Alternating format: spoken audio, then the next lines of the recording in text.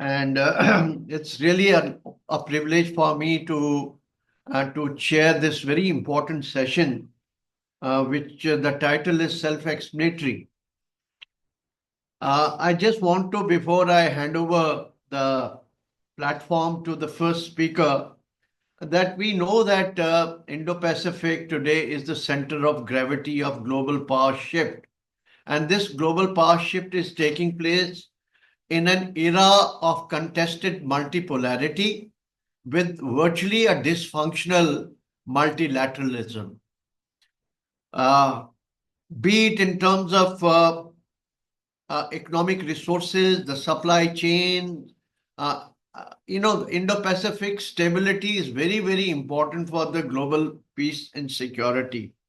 But as we know that there are a number of flashpoints today in the Indo-Pacific, like Taiwan, we have South China Sea, we have East China Sea in the Senkaku Island, and in the Korean Peninsula, we know the strategic behavior of North Korea, which is every day almost doing the nuclear saber rattling and becomes a very, very unpredictable player in the entire strategic security calculus of the region. There are also competing strategies at work. On one hand, you have US pivot to Asia, and in that they are talking about what you call is the Indo-Pacific vision. Then they've created Quad, Five Eye, then you have AUKUS, and then they have this Indo-Pacific Economic Framework and Blue Dot Network. And also, of course, one of the sword arm of their strategy is what they call is the extended and integrated deterrence and hub and spoke military strategy. On the other hand, China has come out with its own strategy for the Indo-Pacific region. Belt and Road Initiative and Maritime Silk Route forms probably the most important element of that strategy.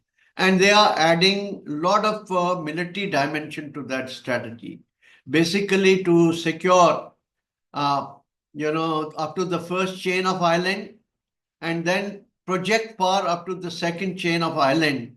And therefore, this China's two ocean strategy and what they call is, anti-access, anti-denial strategies become extremely important.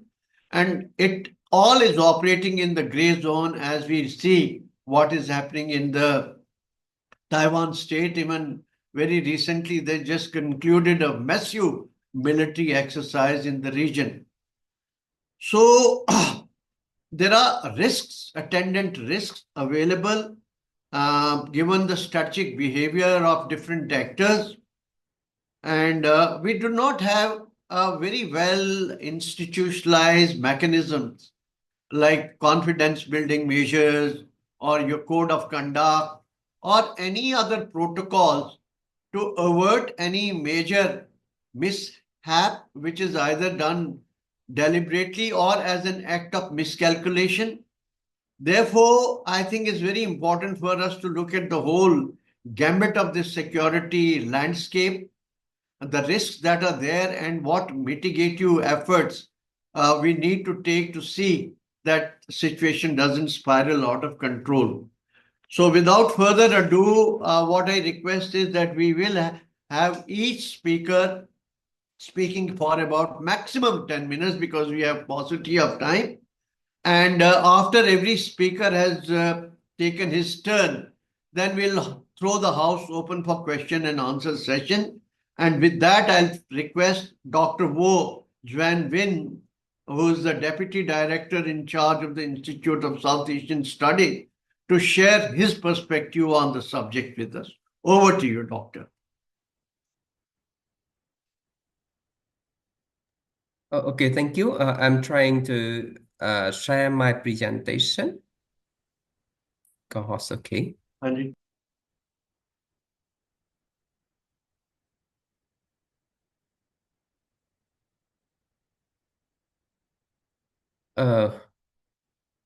Excuse me, where can...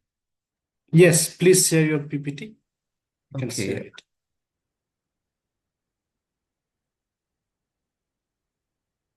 Share.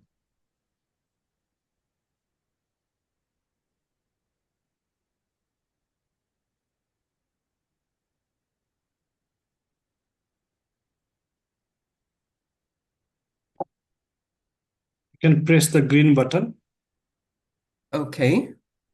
Okay, just share. First open the button, slide, and then green button, and then select where you Okay. can see PPT. Yes, okay. I'm doing it now.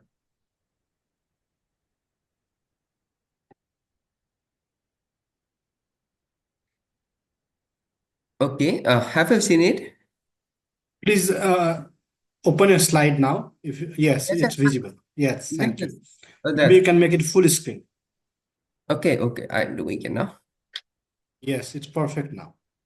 Okay, thank you so much. Oh, it's still, maybe you have to press that. It's not, full screen is not there. Oh, really?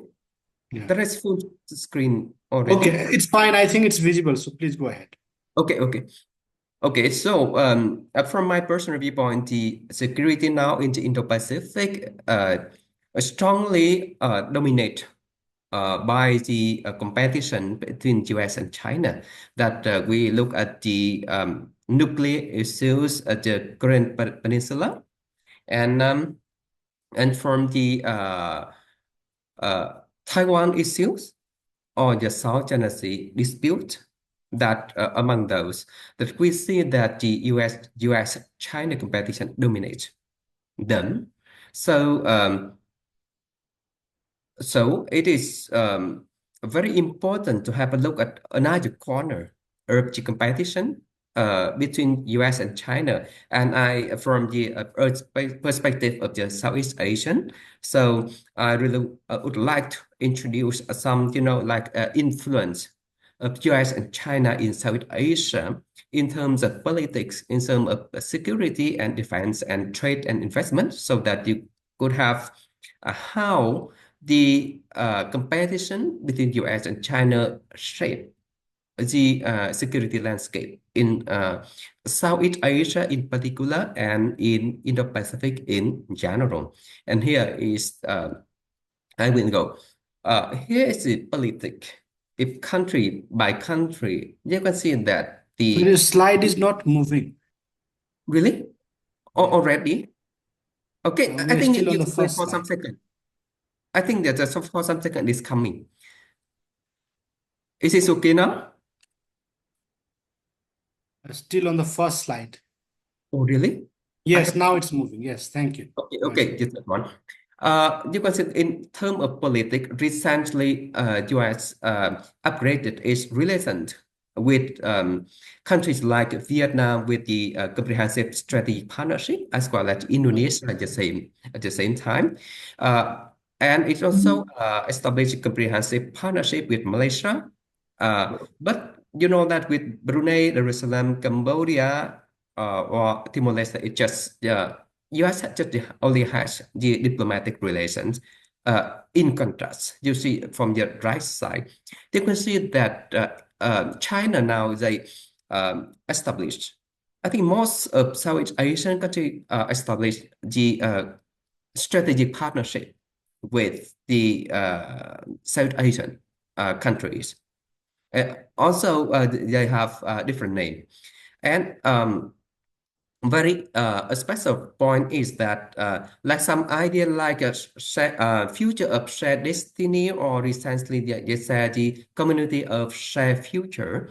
Also, they established with the Cambodia, with Laos, with Myanmar, and recently with Vietnam and some other country in South Asia as well. It is, I think that in terms of politics, in terms of diplomatic. So I'm sorry. So you see that in terms of politics now, China, it seems that have to dominate in term in some level in your relation with South Asian countries. That is in terms of politics. Now if we move to the security. Đang bận tí nhá. China now, the Cambodia, Laos, Myanmar, and Thailand now, China has become the largest arm provider to these countries.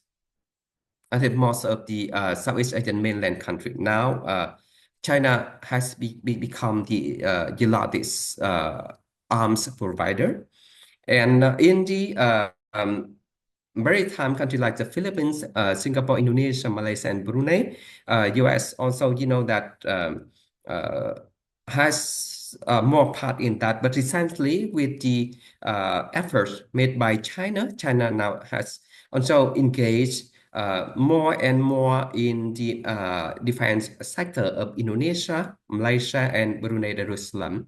And very important point is that Thailand also an ally of US, but now from my the indicator I have is that China became the Thailand's largest defense equipment supplier that account around 44% of Thailand's total import. US just ranked only the third after the South Korea. That is the second point I forgot is on security and defense. And now move to trade and investment. And here is a trade agreement. On the left side with the blue one is US, and with the red one is China. That with the FTA now US just only have on free trade agreement with only Singapore. And with the IPEF, Indo-Pacific Economic Framework. Now it's only the idea, and some Southeast Asian countries also join, but under the Trump administration. So I don't think that the idea will move forward, because protectionism under Trump, I think, is much more stronger. But with China, that they have the ASEAN-China free trade agreement, and also the regional comprehensive economic partnership as well between ASEAN country with China, Japan, South Korea, Australia, and New Zealand. And China also signed FTA with Thailand, with Cambodia, and Singapore as well. So that in terms of the economic institution, China also have, maybe sometimes overcome US, sorry, to dominate your region. And here is the trade ranking that also lists the rank that China and US have. That is China just number 1 or number 2 in terms of trading partner of most of Southeast Asian country. US also, I think, have very good position, but with some country also in most country that US is behind China, just only Cambodia, because most of Cambodia export is to US and then to China. And with the trade ratio to GDP, so it is very necessary to manifest that the trade is very important to the development of Southeast Asian country. And with the like with Vietnam, China account around 25% of Vietnam's total trade. So I think that China has very heavy influence on Southeast Asia in terms of trade as well. And now we move to the investment. Investment here is very, very interesting point that US is now number 1 in South Asian countries in terms of FDI, foreign direct investment. And China is only the number 4, maybe, or number 5. But there are 2 points that I really want to clarify here. And China is sometimes has not invested directly to South Asian country, but maybe through the second country like Singapore or some other country. So this indicator that we have to, that look at very carefully. The second one is that with China, they a very, I think that very specific, a very particular form of investment of China is the contractor. What does it mean? That there is a project that China invests in South Asia country, but you know that they will sign Chinese investor will play a role as a contractor. It will, that will give money to the to the South Asian country, and that money will be used to buy the material from China, and in some project, the labor also come from China. So then it seems that the Southeast Asian countries just have only the infrastructure only. They don't have other kind of the value added, because money that come from China but also turn back to China through the labor and through the maybe loan or something like that. That is very important factor and important phenomenon, that when we look at the Chinese investment in South Asia, or maybe I think that not only in South Asia, but also some other parts of the world. So whenever we look at the Chinese investment project, so don't look at the FDI, but look at the maybe they will invest through a second country. I mean that indirect, and the very important one is the contractor. That is, I think that's very important. So my general point is that in the comparison between US and China in South Asia, if we look at the politics from the security defense, from the trade and investment also, so I think that it seems that China now has dominated the scenario, and the security in the region also decided or formed or shaped by the comparison between US and China. So I think that the indicator that's from myself only, but I think that also for the references, I think it is also a good indicator to look at when we see the comparison between US and China, or about the security landscape in South Asia. That is my point. Thank you so much for your kind attention. Thank you very much, Dr. Vinh. I think you brought out a very important element of security in terms of debt trap, which can actually happen to some of these countries. And second aspect that I would like to incorporate in what you said is the ecology security, the environmental security. Most of these projects which China launches in these countries are not followed by ecological and the environmental norm, which may, in the long term, besides the debt trap, can also create environmental security issues for the countries which are otherwise very fragile. So thanks for that perspective. And now may I request Dr. Nagao from the Hudson Institute, USA, to share his perspective with us. Over to you, Doctor. Thank you very much, sir. Yes, I will make presentation from Tokyo. I'm Japanese, but yes, Hudson Institute is located in the USA, and especially my topic today is also USA, because currently people are worrying about the situation, what will happen under the next Trump administration.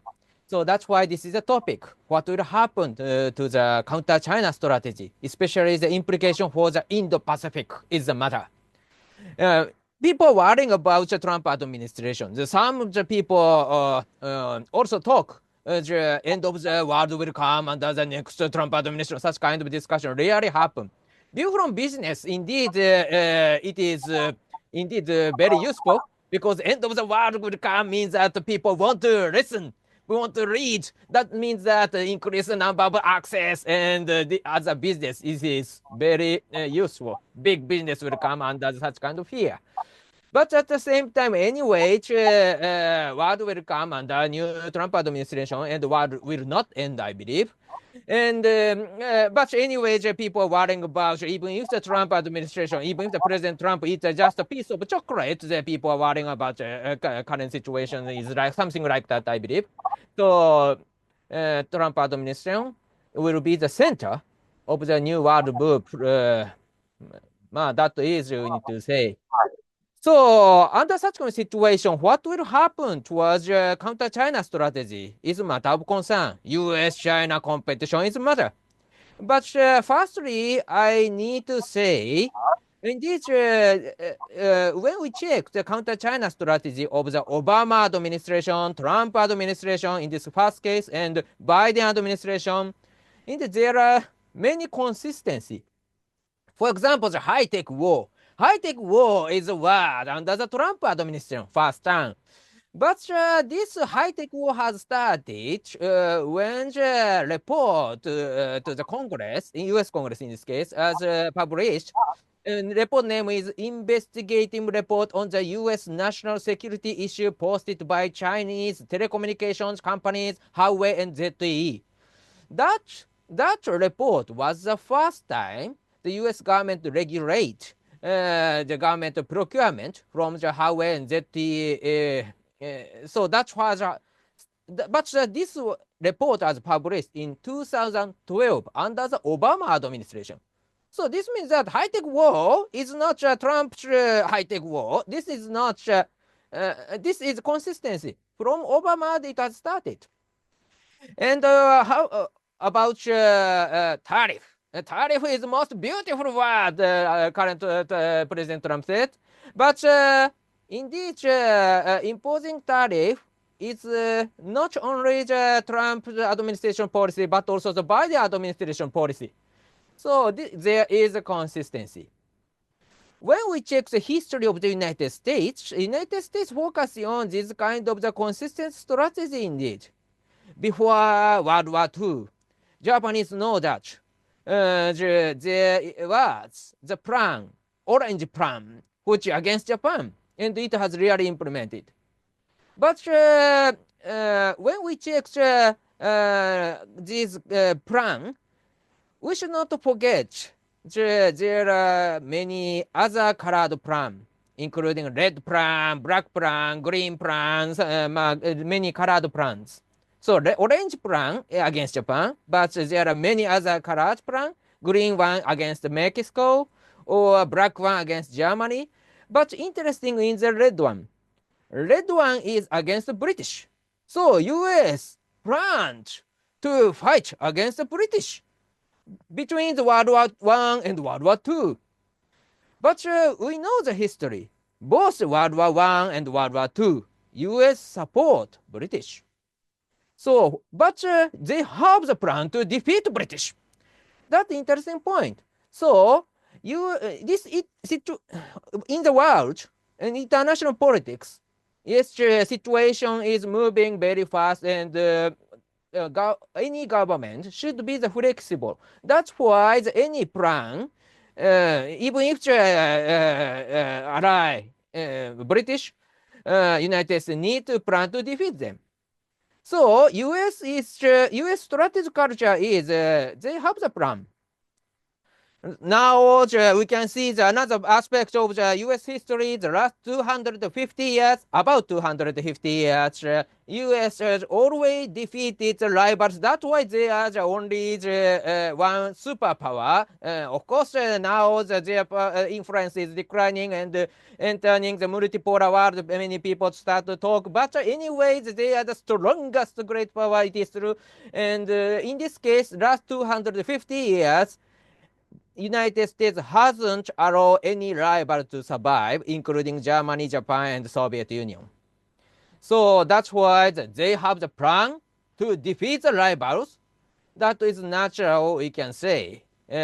So President Biden say, China is most strategic competitor. This means that US is planning to compete with China, and this competition will be one shall stand and one shall fall. So in this case, so there is no differences between Obama, Biden, and Trump. But way is a little bit different. So how different? Under the Obama administration, they seek the TPP. That is one of the example. Biden administration also seeks IPEF. TPP is the Trans-Pacific Partnership to create a new market instead of the Chinese market. Biden also seeks the IPEF, Indo-Pacific Economic Framework, also seeks the multinational big market instead of China. New supply chains needed, focusing on economic security. And especially the Democratic Summit is also a matter of the Biden administration. So multinational framework they love, and many issues, not only the military but also economic security, even if the environmental issues matter, or Democratic Summit indicated ideology is also needed. Many aspects is included in the multinational cooperation against China is their pattern. In case of Trump administration, they are different. What happened from 2016 to 2020? They seek bilateral negotiation, and every time they seek intimidation to deal. So intimidation is very strong. In case of Japan, Japan must pay 5 times more for the US troops. 5 times? How to find such kind of big budget is the intimidation. But when we check the agreement, just 2 times. They can agree only the 2 times. But when they intimidate, Trump administration asks 5 times. You must pay. This is a difference. And in case of the ideology, where he visited as a foreign country, President Trump's visit to the Saudi Arabia was the first foreign visit for him. And in case of the ASEAN, he visited Vietnam, even if he do not join the East Asian Summit or ASEAN-related multinational conferences. So, Vietnam, Saudi Arabia are not the democratic countries, but good partner for the United States. That's why ideology is not matter for him. Environmental issue is not matter for him. Just a good friend or not. Friend or we. Enemy or friend. That is matter. So to counter China, very simple bilateral negotiation by using the intimidation is the pattern of Trump administration's way. In addition, one more thing is different. Indeed, compare the Biden administration and Obama administration. People believe that Trump is strong. Because what happened in the first Trump administration, he invited Xi Jinping to dinner and tried to recommend a good chocolate cake and whisper one thing, I will fire the missile to the Syria. This is one kind of the unpredictable threat, because it looks like he is inviting the guest, and as a guest, Xi Jinping is there. Despite this, if he whispered military operation against an enemy of the United States, it looks like this is sending message, you could be the enemy, in this case I will fire you. So such kind of the unpredictability, unpredictable way, and unpredictable intimidation is effective use of power. So that's why indeed, even if China, which has a strong military power, hesitate to invade Taiwan because of this. For example, if China invade Taiwan, unpredictability means that China cannot identify a clear scenario to win.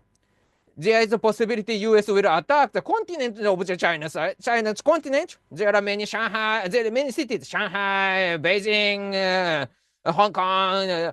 These are the vital area for China. But if China invade Taiwan, if the war will escalate to the real full-scale war between US and China, because of the Trump, if they believe, in this case, it is not easy to start the invasion to Taiwan. So that's why unpredictability itself is a power of deterrence. So what will happen? What is the implication of the Indo-Pacific? Consistency of the counter-China strategy indicates that the U.S. will seek the real competition. Real competition is one shall stand, one shall fall case competition that U.S. will seek under the new Trump administration. In this case, there is a few possibility, no possibility U.S. will abandon Taiwan because Taiwan is located perfect place to attack the vital coastal city of China. This means that this looks like the knife just before the neck of China. So this is very good card to win the competition. And if the Trump administration do not care about ideology, Vietnam, Indonesia, or even if the largest democratic country, India, do not care about political something. Because under the Biden administration, some support of the Biden administration checks the level of the democracy of the other country. This country 60%, this country 80% of democracy, something like that. That's why this is a little bit unrespectful attitude. View from the India, view from Vietnam, view from Indonesia, this is not a good attitude of the United States. But Trump administration do not care about the level of democracy. So that's why in this case, under the bilateral negotiation, indeed more smooth, more easy, and maybe it will be beneficial all of the partner for the United States, I believe. And but at the same time, there's a high possibility that President Trump used intimidation to deal. So that's why this intimidation will be uncomfortable for any partner of the United States. That's true. So we will enter the new age of tough competition, tough negotiation. It is clear that. But both good and bad, we will see. That is my analysis towards implication towards the Indo-Pacific of the new Trump administration, the counter-China strategy. Thank you very much. I should not speak forever.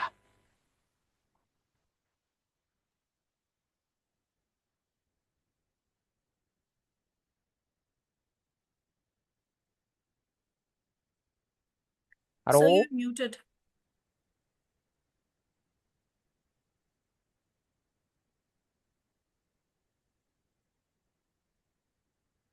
Should I speak something more? What should I General do? Sharma, you're muted. You need Yeah, to you're muted.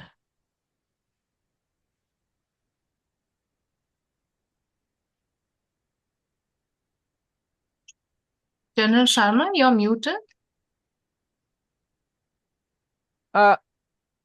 General, sir, you are muted, sir. You are speaking in video, you can see, but no. Okay, sir. I think he cannot hear us. Yeah, now yeah, I've yeah. been muted. Okay. It was the administration which muted me. Mhm. You see, I would say that Trump is a reality, and we have to live with that reality. We can't have another president of United States unless he gets impeached for next 4 years. So that's a reality with which we have to live. But let's face one fact that China has really created a new normal in South China Sea, right? Whatever they wanted to do, the militarization of these 6 very, very important, strategically important areas, they have already created a new normal there. And they are the ones which are calling us sway. Now the question is whether they will impose an air defense identification zone in the South China Sea, whether there is a maritime identification zone which is imposed in South China Sea, or how Trump is going to impose tariff hikes on China. How much is it? 100%, 60%? We'll see what is that impact of that.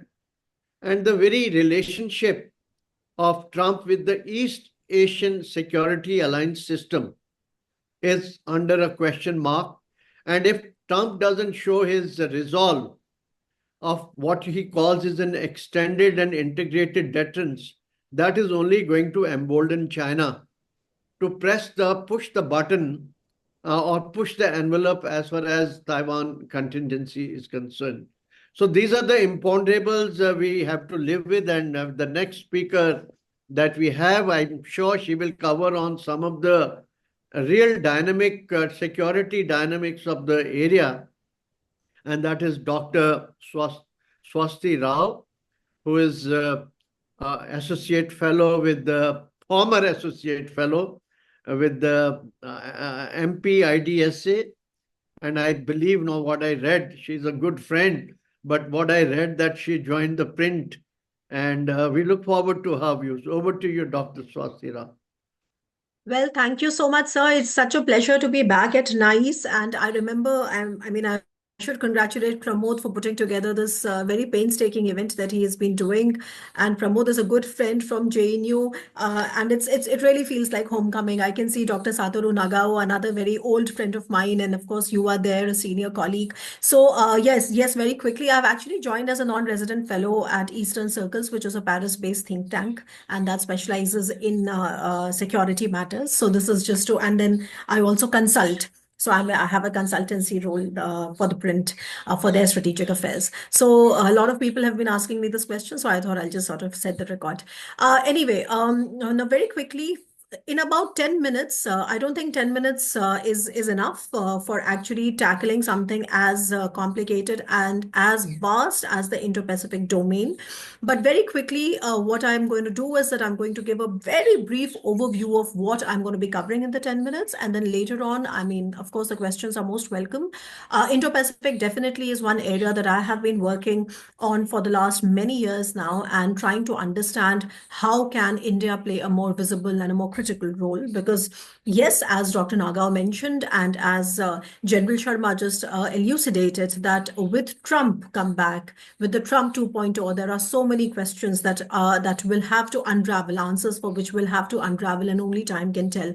But for sure, what we can argue is that today China is the biggest challenger for the United States, and Indo-Pacific is that pivotal area in contemporary global geopolitics, which has been characterized by dynamic shifts in power differentials, as well as this increasing tension of great power rivalry as it is playing out between the US and China, and the rest of the world is trying to adjust to that. And from India's perspective, one very valid analytical stand that India has been furthering is that India is a power unto itself, like a pole unto itself, and India is trying to forward a third way that is trying to reduce the great power contestation, but at the same time enhance the broader securitization effort at the Indo-Pacific.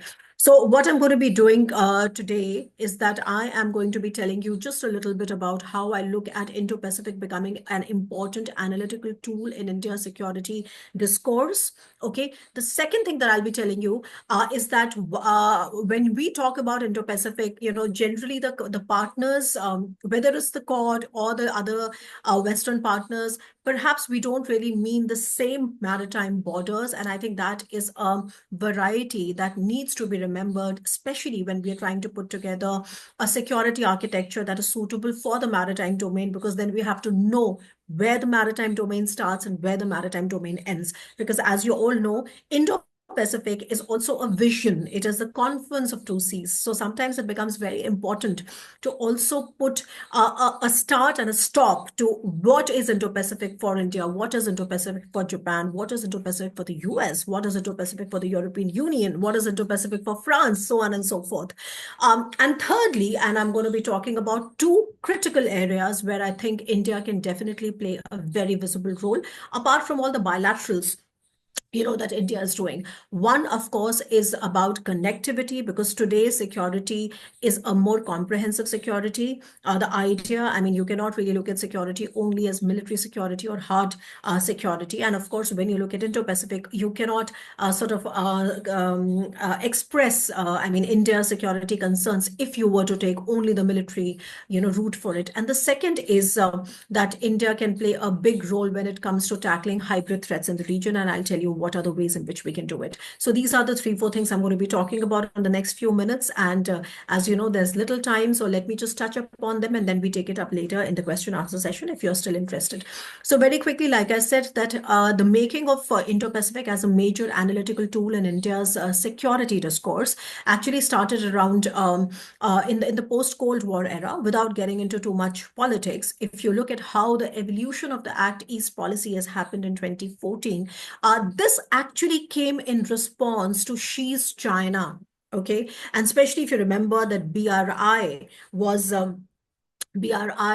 launched in 2013. Xi Jinping came to power in 2012. And ever since, we have seen a different kind of a China which didn't exist before. This is the kind of China which is aggressive, which indulges into wolf warriorism, etc. And all the destabilizing that you see has actually started to come after that. So I trace back India's Indo-Pacific strategy from the Act East policy, of course. And then in 2015, I think it is a major point for India to, when Modi articulated, Prime Minister Modi articulated the security and growth for all in the region, which is the Sagar vision.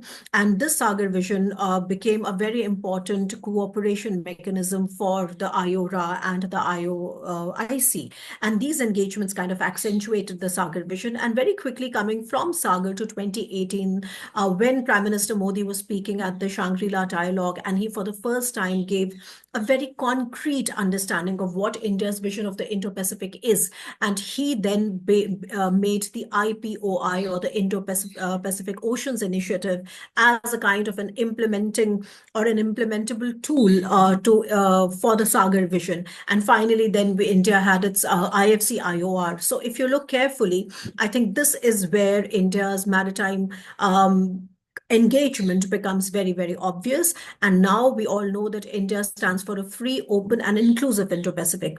The free, open, and inclusive Indo-Pacific is important because officially India is not against a country, even though we all know that closed doors discussions in the Indo-Pacific, and especially through the Quad framework, are all about managing the rise of China. So very quickly, this was also coming in a parallel development to how the United States was becoming interested in Indo-Pacific, and we all know about it. Now, very quickly, right now, what has happened is that Indo-Pacific has become a very, very crowded space, because it is a vast security theater with no tangible security architecture. So unlike the Euro-Atlantic theater that has something like a NATO, which is giving, for example, this umbrella of collective security under its Article 5, you don't have that kind of a security architecture in the Indo-Pacific. And part of the problem is that you cannot have something like that in the Indo-Pacific, because the positioning of the Indo-Pacific actors is not really to look at an alliance kind of a security architecture. So what we need to develop, if we are talking about security of the Indo-Pacific or securitizing the Indo-Pacific from India's perspective, is that we need to think of frameworks which can be more collaborative in nature. And therefore, you see the focus more on multilateral and plurilateral institutions, and especially plurilateral institutions, because as Dr. Jaishankar has said, that plurilaterals are the nimble mechanisms by which, which are very, very well suited to a vast domain such as the Indo-Pacific, which has its own sub-theaters. So I think we need to keep that in mind. Very quickly, I think I'm running out of time, but yes, let me come to this formulation, which I said that if you look at how the Indo-Pacific and how its vision sort of changes among all the major powers, I think we need to keep that into mind, because if I compare even what the Indo-Pacific means for the Quad partners, you would see that there is a difference. And There's a difference in which how India thinks of Indo-Pacific versus how the United States or Australia or Japan think of Indo-Pacific in terms of its maritime boundary. And if you ask me, frankly, I would say that if we, I mean, of course, Japan has United States has a specific view which is ending at the coast. I mean, it doesn't go all the way to Africa. Whereas if you look at other powers, Australia has a much smaller, perspective of Indo-Pacific. But if you ask me, I mean, there are certain more similarities that can be drawn in terms of how the Indo-Pacific stretches in terms of the maritime boundaries for countries like France or for unions like the European Union Indo-Pacific strategy. And that also gives us a way of to carry forward this dialogue about how to put together security architectures. Now, very quickly, before I lose track of it, let me first talk about the hybrid security, paradigm, and then let me come to connectivity. And with this, I will end my, remarks. The first thing that I've been trying to working on for almost 1.5 years now is that for the Indo-Pacific and for the security, architecture there to work, like I said, that it is a maritime domain. So you have to somewhere concentrate your security. I mean, whatever collaborative framework that you wish to put together for as a security response to China's destabilizing activities has to be focused around maritime domain awareness. Okay. And that is the reason why the maritime domain awareness has been one of the pillars also in the Quad initiative. Okay.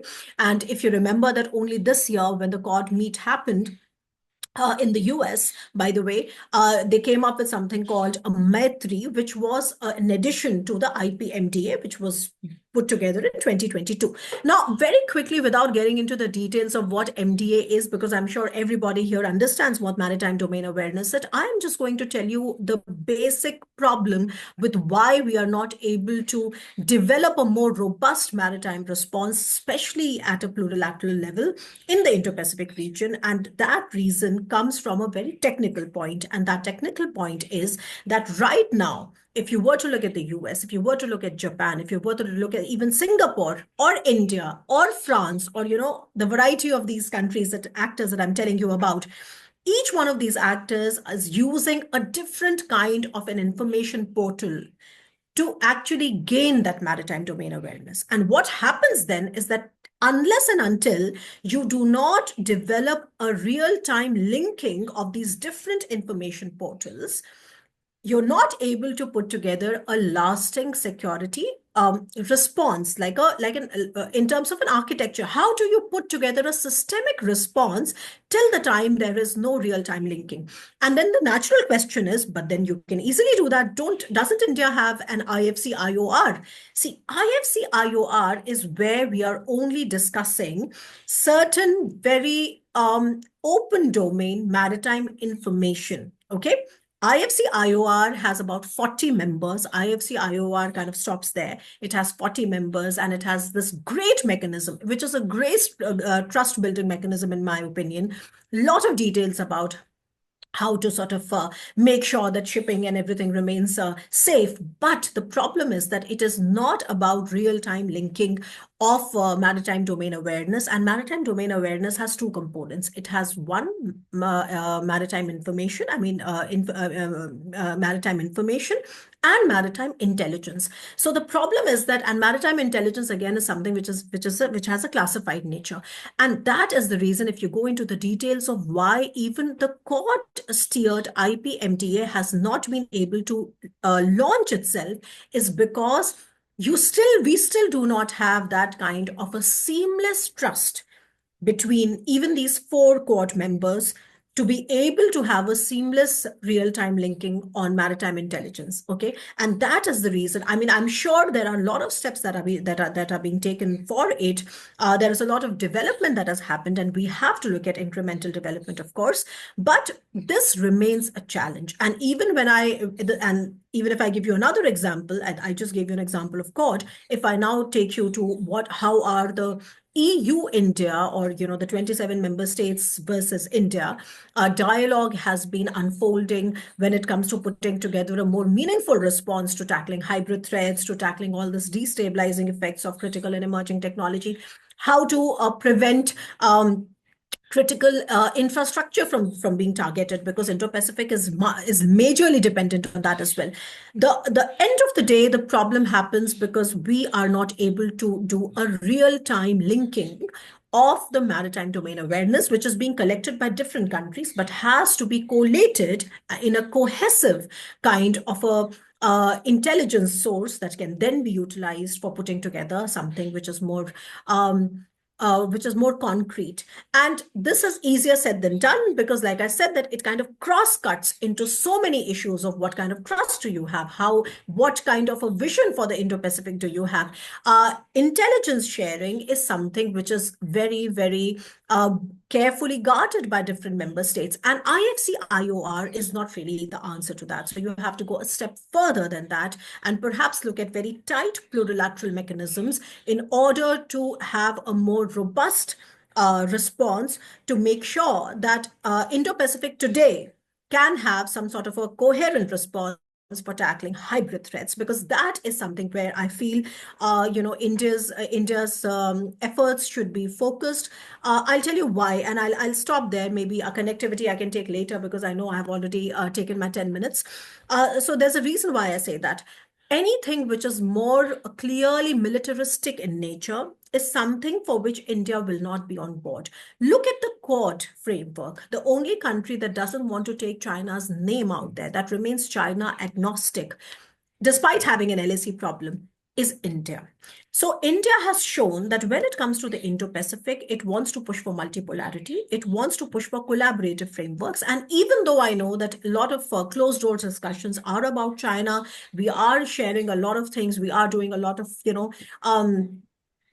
joint exercises, bilateral exercises, all of that with so many countries. But if we genuinely wish to right now provide a securitization, solution, a securitized solution to the concerns in the Indo-Pacific, I think the best bet out there are in the hybrid threats, because for that, you don't have to wait for a full-fledged war to break out in order to put together a response. And if you carefully look at the countries in the region, countries of the Pacific, the rim, if you look at countries of the, the Pacific Islands, the small island countries, they are at a high risk of being at the receiving end of all the destabilizing efforts that are coming from the gray zone, from the hybrid threats. And that's how, you go about it.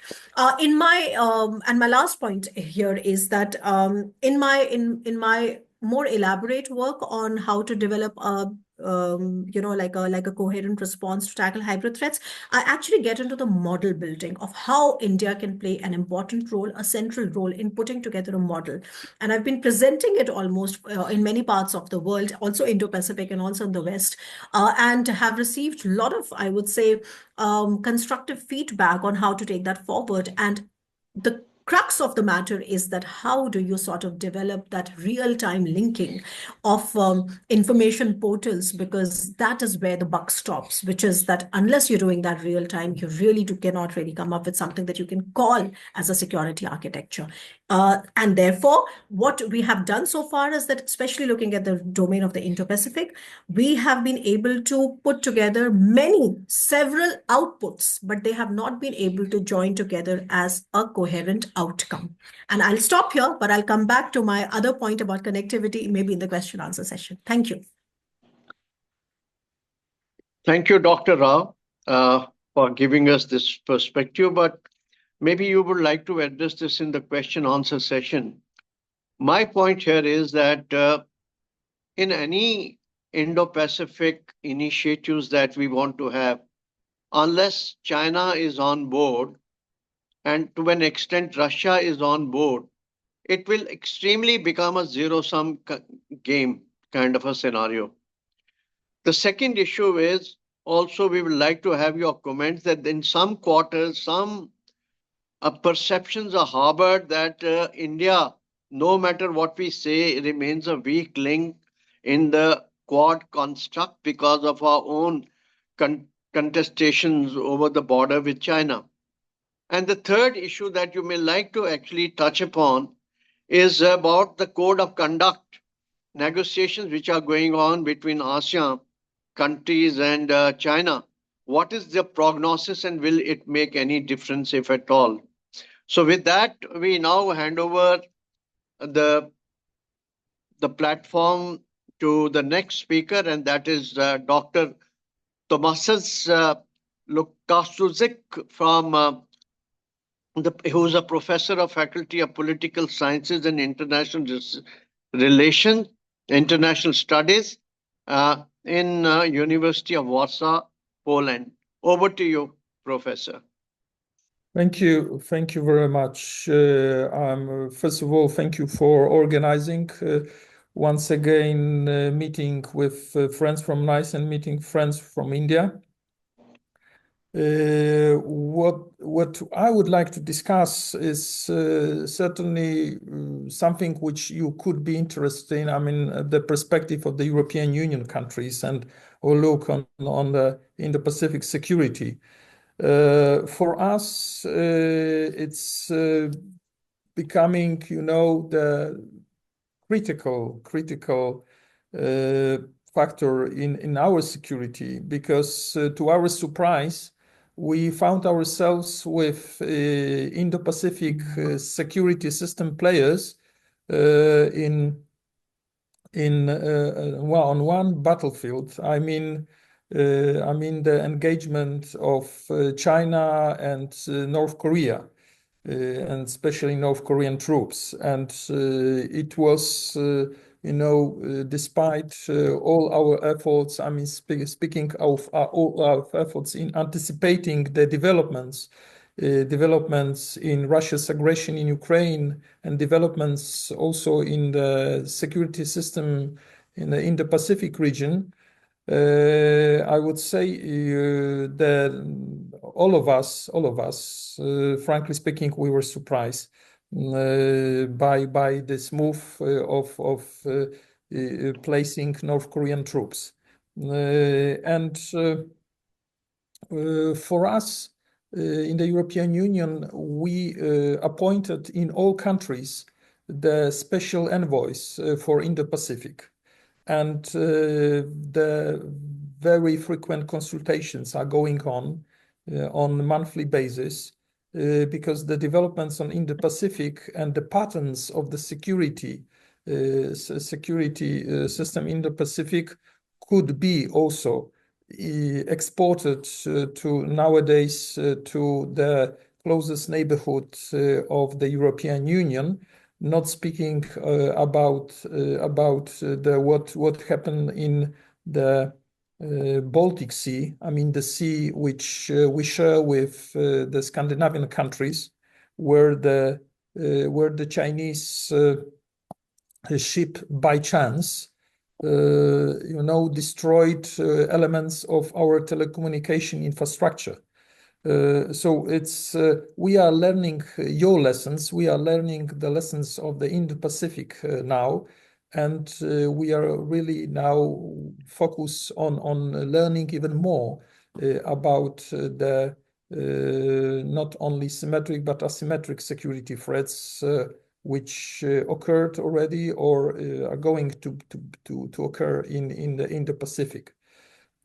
So that's why for us it's important to have a closer dialogue with Indo-Pacific, and that's why Poland, as the presidency of the European Union for the next 6 months, first 6 months of the 2025, will hold a special conference on Indo-Pacific, and especially we will discuss the connection between security system in the European Union and in the Pacific region. And what I would like to say that it's maybe our fault and our underestimation, but we should be closer to the not only Indo-Pacific but Asia-Pacific. We should be more engaged in a security system. Certainly, you can say that European Union is a, I would say, soft power, civilian power, economic power. But in the 21st century, nobody is pure soft power. as President Obama said, everyone has to be a smart power, mixing in a good proportion both hard power and soft power.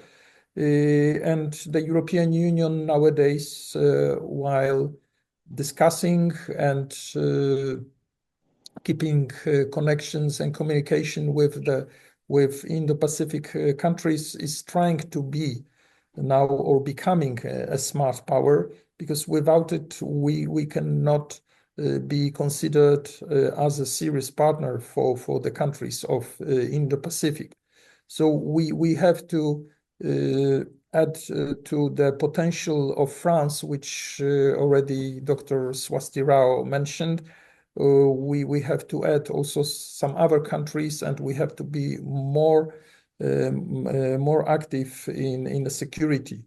For us, certainly maritime dimension is important. The telecommunication as well, not speaking about cybersecurity, because this one of the most existential threats for us, because we've been attacked many times. I mean, our telecommunication systems, and not only, and the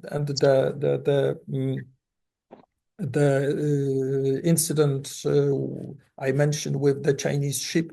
So it's a proof that we really have to be more engaged and more interested with something which seems very far away, but actually is very close to us. And nowadays we do our utmost to have better communication and to deepen our knowledge about the both symmetric and asymmetric threats faced by Indo-Pacific countries. So it's like a confession of the the humble European Union representative, but believe me, this kind of impression is shared by many of my colleagues in the European Union universities, not only universities, but also at the ministries, because I'm speaking also as the former ambassador of Poland to India and before to Indonesia. So finishing it, I would say that this kind of communication and this kind of the dialogue on the security in the Pacific, it's also the matter of our understanding and our efforts to really play an also important role in the Indo-Pacific, as the European Union played the important role as a smart power, not only as a soft power. Thank you very much. Thank you, Professor, very much for bringing in this European Union perspective to the whole discourse. I know well European Union is also beset with a major challenge now on the Ukraine front, given certain initiatives which are coming from the Trump about, maybe a possible ceasefire on the terms and conditions which are not conducive for European Union. So that's the dynamics. And also you have two of your countries who have bases in the Indian Ocean region. So your own supply chain is very much dependent on this.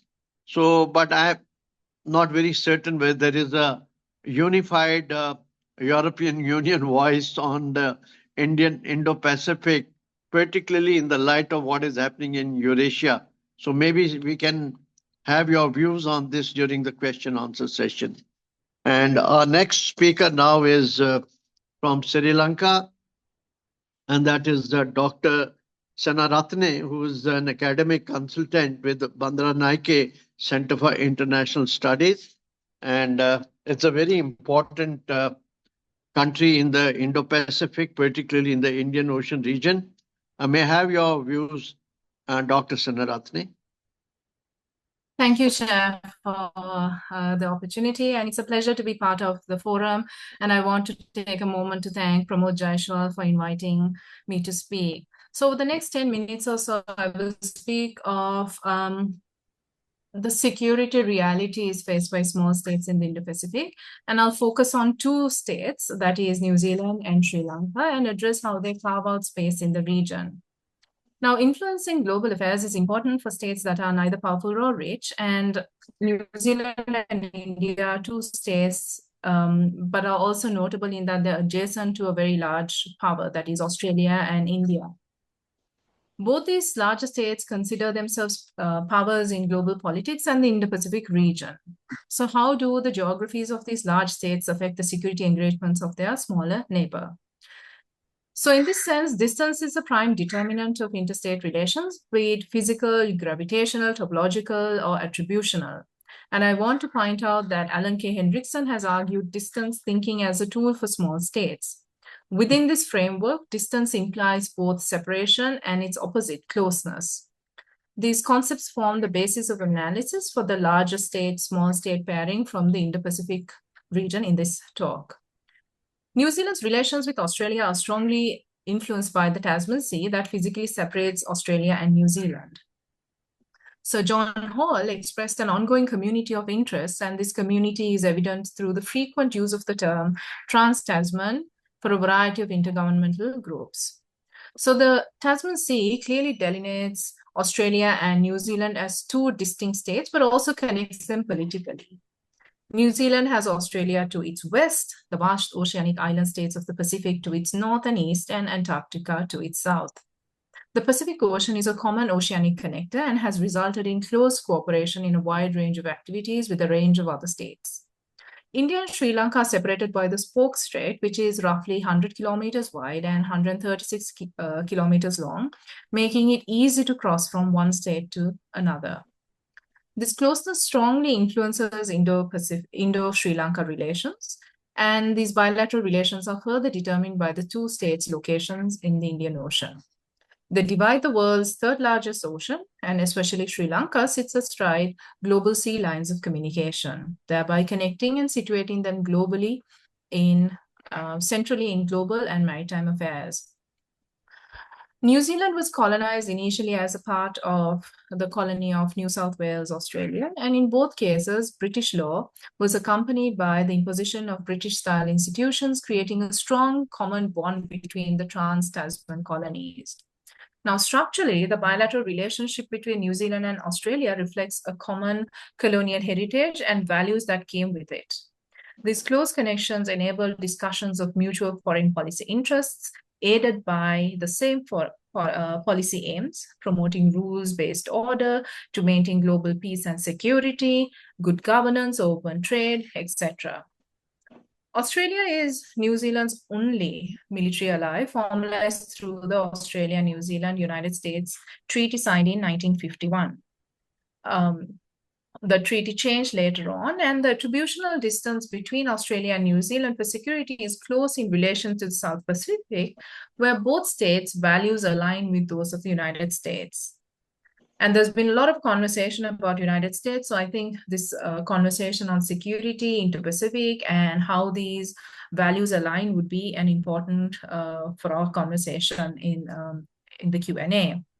So, for example, New Zealand and Australia also along with the United States, have strategically aligned over criticizing the Solomon Islands Security Agreement with China, which they signed in 2022, just 2 years ago. Two types of attributional distance affect India and Sri Lanka's security. First, in the past, northern and southern Indians settled in Sri Lanka from time to time. Therefore, southern Indian states and Sri Lanka are bound by a common culture and heritage. This has resulted in a close affinity between the communities of Tamil Nadu and northern Sri Lanka. Second, the British colonized Sri Lanka in 1815 when they realized its strategic value and locational importance.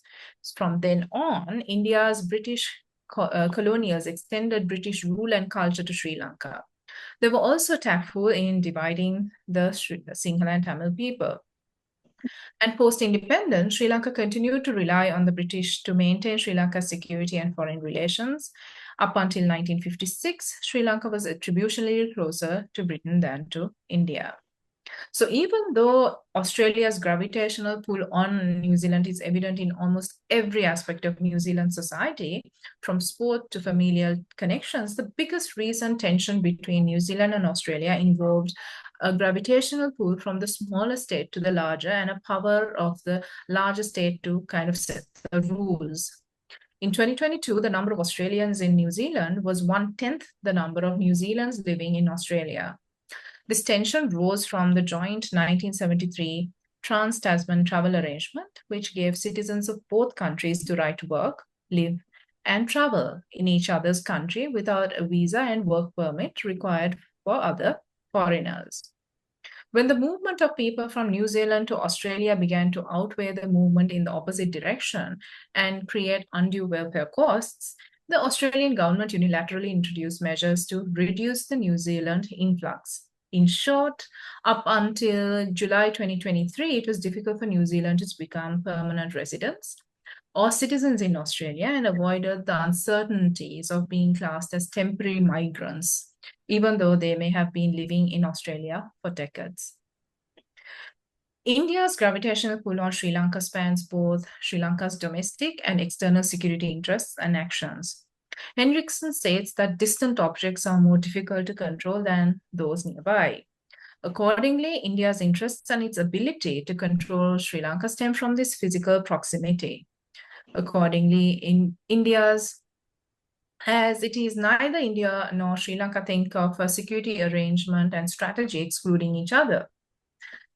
In 1945, Parrikar indicated that Sri Lanka must accept the reality of being in India's vicinity. In other words, Parrikar expected Sri Lanka to be an integral part of India's security architecture. Sri Lanka's physical proximity has enabled India to exert pressure on Sri Lanka's domestic policies on numerous occasions. The Indian presence was visible in Sri Lanka during the war with the LTT in post-war settings and also in numerous commercial ventures. For example, when the LTT fought with the Sri Lankan government during the 1983 to 2009 war. We also see various other ways of which India connected with Sri Lanka and indicated their interest in Sri Lankan minorities. And this can also be understood, or an alternative interpretation is that India's actions were coercive diplomacy towards Sri Lanka. Now, a maritime security threat to Sri Lanka is Indians breaching the Indo-Lanka maritime boundary determined in 1974. And this is due to the narrowness of the Pork Strait. South Indian fishermen encroach on Sri Lankan waters and engage in IUU fishing. And of course, this means that the Sri Lankan Navy continuously patrols the Pork Strait to avoid people and goods illegally entering Sri Lanka. New Zealand and Sri Lanka's physical locations are a significant determinant of their relationship with their closest neighbors in the Indo-Pacific region.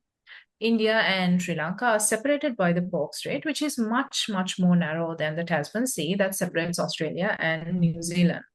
So the nature of the water space between the two pairs of countries creates distinct types of human connections and power dynamics that affect their security.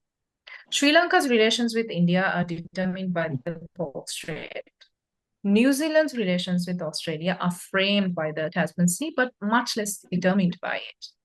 So finally, in conclusion, the larger states' influence in their smaller neighbors on matters of security, and the smaller the physical distance between states, the greater there is an influence. The attributional closeness of the two states in this large part mirrored in the regional groupings in which they chose to participate. The smaller states can step out of the shadow of their larger neighbor via these regional groupings, but the degree of independent activity by the smaller state is affected by the physical, attributional, gravitational distances experienced with their larger neighbor. Topological distance can provide a space for smaller countries to exercise their own voice, but it's highly unlikely that these states will be influenced by the other types of distance in the regional groupings, and that only in large multilateral groupings such as the Commonwealth of Nations or the United Nations Is there more equal space for these voices? So thank you for your attention, and I look forward to the discussion that we will have. Over to you, Chair. Thank you. Thanks very much for bringing in these bilateral issues.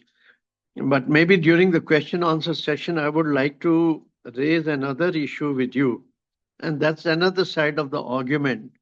And that is given the Chinese forays in the Indian Ocean region, particularly in the maritime zone, 10 nautical mile zone of Sri Lanka, particularly the developments which were taking place at Hambantota and the kind of oceanic surveys in the garb of signing different MOUs with some of your government and academic institutions, the kind of strategic maritime behavior of China in the close vicinity of Sri Lankan waters, and its implications for India and ipso facto the relations between the two countries.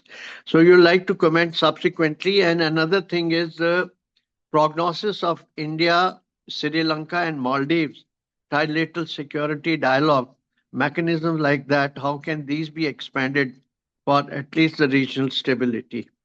So with this now, I request to the last speaker of the session, and that is Dr.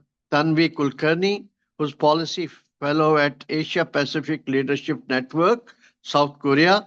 And I guess you're going to talk more about nuclear risks and threats in the Indo-Pacific. Over to you, Dr. Tanvi. Thank you so much, Chair. And thank you also to the Nepal Institute of International Cooperation and Engagement for the opportunity to speak at this session. My compliments to Dr. Pramod Jaiswal for pulling this forum together. It's been a fascinating conversation so far. So I'm going to be speaking on the nuclear dimension of security in the Indo-Pacific, specifically on nuclear risks and nuclear threats. But just to preface our conversation a little bit with the construct that we're using to speak about security in this region, you'll often hear me saying Asia-Pacific instead of Indo-Pacific, but really these are both geopolitical constructs that which are kind of a mental mapping of that describe the geopolitics of our times. The Asia-Pacific terminology is a slightly older one. It evolved in the 1960s, which really was meant to keep Southeast Asia, ASEAN at the center of this framework. But it's not only just a geopolitical dimension, it also has geoeconomic dimensions and socio-cultural dimensions. And over decades, this terminology has been used to include wider regions of Asia, like South Asia, East Asia, the Pacific Islands, which includes Micronesia, Melanesia, Polynesia, and Northeast Asia. And then, of course, we have the Indo-Pacific terminology, which is a relatively recent terminology, but is another geopolitical and geostrategic construct that takes into account the growing importance of the maritime zones of the Indian Ocean and the Pacific Ocean, and how these zones are interconnected. And this terminology has really been championed by countries like Japan with the support of Australia, and of course, India as well, and the United States. But we can see that it's been adopted by the United States in its official strategic language vis-a-vis this region.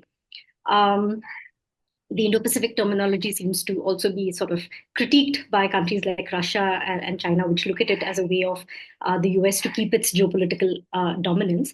But these are overlapping terminologies. So you'll hear me saying Asia-Pacific a lot, but it also applies to the idea of Indo-Pacific as we know it today. So speaking of nuclear risks, broadly, we know that nuclear risks in the world are growing.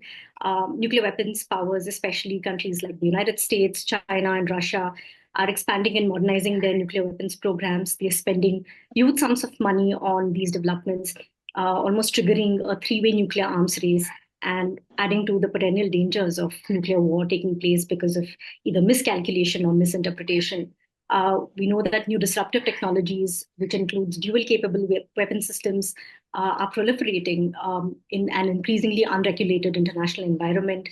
The military uses of artificial intelligence are accelerating, while AI has its positive uses. It also has great potential to disrupt information channels, which are important to nuclear command and control systems, as well as a potential to magnify disinformation, which can prevent countries from effectively dealing with nuclear risks or even other existential risks like pandemics or climate change. We are seeing that nuclear threats are being employed openly and more frequently by nuclear weapons powers. For instance, Russia's nuclear saber rattling and signaling that we're seeing in the war with Ukraine, which will now enter its third year in 2025 if it doesn't end earlier. In June this year, we saw that there were serious concerns that Moscow could consider launching limited nuclear strikes as a way to bring the war in Ukraine to a favorable conclusion. But that has not happened. In West Asia, we see that Iran continues to enrich uranium to close to weapons grade, while it stonewalls the International Atomic Energy Agency on key issues. The Iran nuclear deal, which was revoked by the Trump administration, by the first Trump administration, was not reinstated by the Biden administration. North Korea continues building nuclear weapons and long-range missiles. And then the war and genocide in Gaza has entered its second year. This war definitely has serious potential to escalate into a wider conflict in the Middle East that could have unpredictable consequences, and especially in the context of Israel being a de facto nuclear weapons power. Closer home in South Asia, we see that Pakistan and India are also gradually expanding and modernizing their nuclear weapons programs, but this is at a relatively moderate pace. But it continues to happen in an environment of continued hostility and the lack of any bilateral dialogue between the two countries. Moreover, all this is taking place against the background of a weakened global nuclear non-proliferation regime and an almost collapsed nuclear arms control architecture between the United States and Russia. In 2019, the United States withdrew from the INF treaty. And then in February 2023, the Russians announced suspension from the new Strategic Arms Reduction Treaty New START, followed by the deployment of tactical nuclear weapons in Belarus. With the United States refusing to discuss the ratification of the Comprehensive Nuclear Test Ban Treaty, we're also seeing that in October, the Russian Duma voted to withdraw Russia's ratification from the CTBT. So all of these developments cumulatively, along with other existential threats like climate change, have made agencies like the Bulletin of Atomic Scientists dial hands off the nuclear doomsday clock to 90 seconds to midnight since last year, since 2023. Let's look closer to the Asia-Pacific region, or the Indo-Pacific, if you prefer that framework. The Asia-Pacific is home to over 4 billion people, over half of the global population, and 6 of the 9 nuclear armed states are within this region. We also consider United States to be an important regional player in the Indo-Pacific. It not only faces heightened risks of nuclear proliferation, both vertical proliferation and horizontal proliferation, but it also faces risks of potential nuclear use. North Korea has conducted a record number of missile tests. There have been 114 missile tests taking place since 2022, and 39 have taken place only in 2024, which includes cruise missiles, intercontinental range ballistic missiles. North Korea continues to remain outside the non-proliferation treaty. It withdrew 20 years ago, and all diplomatic efforts to halt its expanding nuclear and missile program have not succeeded. There is also growing suspicion and worry that there will also be a forthcoming nuclear weapons test by the DPRK. We also see that China is expanding its nuclear stockpile and delivery systems. Over the last 2 years, the Chinese nuclear stockpile has doubled. And according to certain estimates, it will quadruple. That is, grow 4 times by 2035. And given the lack of transparency that China maintains about its capabilities and intentions, alarm bells are ringing across other countries as well. Just in September 2024, we saw that the PLA rocket force launched an ICBM that traveled about 11,800 kilometers into the Pacific Ocean, which not only shows, signaling, but also shows how the Pacific Island region is becoming the new space for geopolitical contestation with the United States. So on one hand, nuclear arsenals are growing, and on the other hand, we also have conventional arms race dynamics, which are intensifying and which involves the non-nuclear weapon states. Like some of my co-panelists were mentioning, territorial and maritime disputes in Asia Pacific continue to be contentious and threaten regional instability and conflict. And really, at the root of a lot of these risks is the intensifying geopolitical competition between the US and China, which plays out most acutely in the Asia Pacific region. Most countries in this region we see are reluctant to side overtly with either of the two major powers, but are being drawn into a cycle of increased militarization and arms races. If you see the Asia Pacific, the perception of nuclear risks in the Asia Pacific are also stemming from the security dynamics between the major powers here, as well as the smaller and the middle powers. For instance, the deterioration of US-China relations is having a more significant impact, region-wide impact on countries in Southeast Asia, or the Korean Peninsula in South Asia, as well as the Pacific Islands. In the form of growing militarization, in the form of the proliferation of sophisticated missile systems, non-strategic, low-yield nuclear systems, and disruptive military technologies. And the Asia-Pacific countries are really not on the same page when it comes to international nuclear regimes. For instance, we can see a diversity on how Asia-Pacific countries perceive their security environment in the Nuclear Non-Proliferation Treaty Forum, or through their political interactions at the NPT review conferences. We can now see that there is a growing interest in a NATO-style nuclear sharing arrangement among countries like South Korea. The pro-nuclear lobby in South Korea is gaining strength, including those who support stationing US nuclear weapons in the ROK with a nuclear sharing option, and those who support a sovereign nuclear weapons program for South Korea. Similar debates are being heard in Japan as well. The AUKUS submarine deal announced in September 2021 between Australia, United Kingdom, and US has also raised proliferation concerns in this region. Even on a treaty like the Nuclear Ban Treaty, or the Treaty on the Prohibition of Nuclear Weapons, the Asia-Pacific countries have diverse positions. I won't go into the details of it, but not all countries support the treaty, but some countries are at the forefront of the Nuclear Ban Treaty.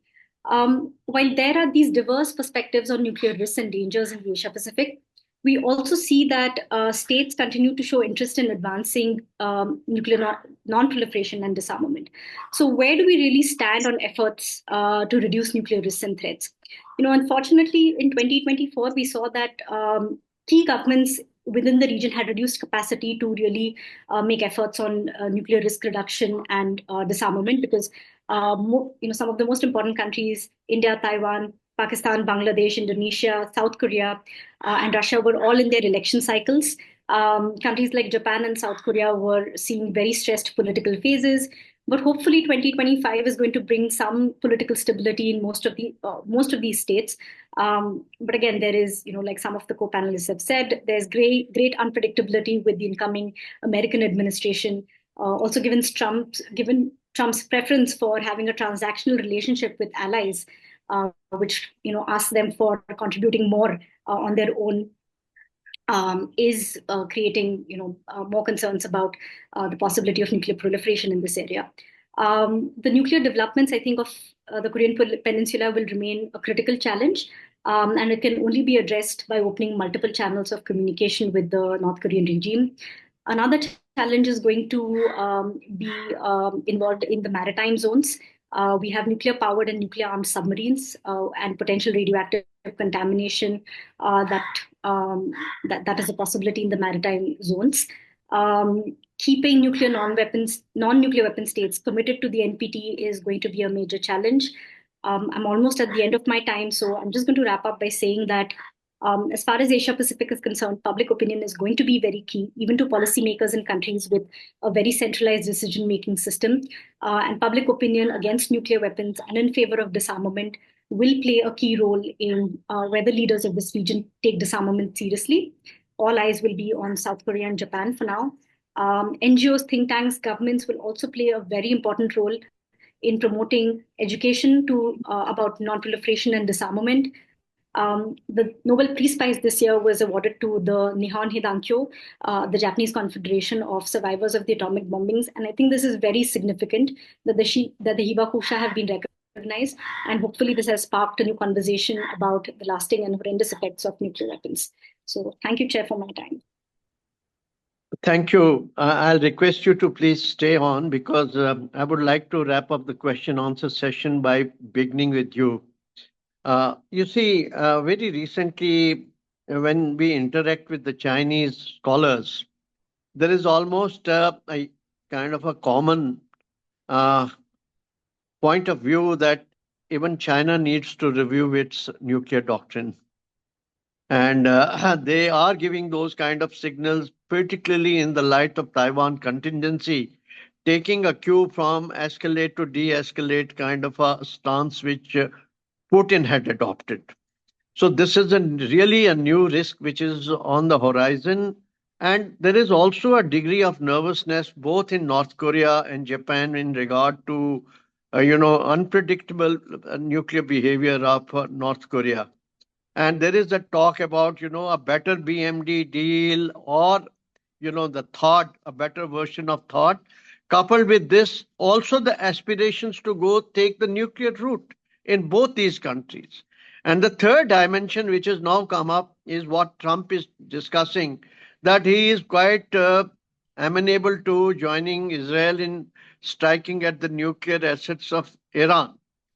And United States propensity to deploy low-yield nuclear weapons, and also as part of its extended deterrence, maybe some deployment could take place or some nuclear asset could be deployed in the Indo-Pacific.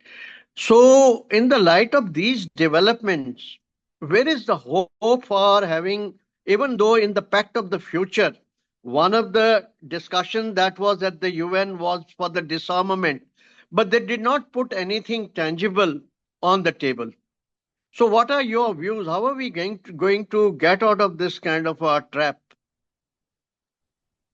Can I respond immediately? Yeah, please. Yeah.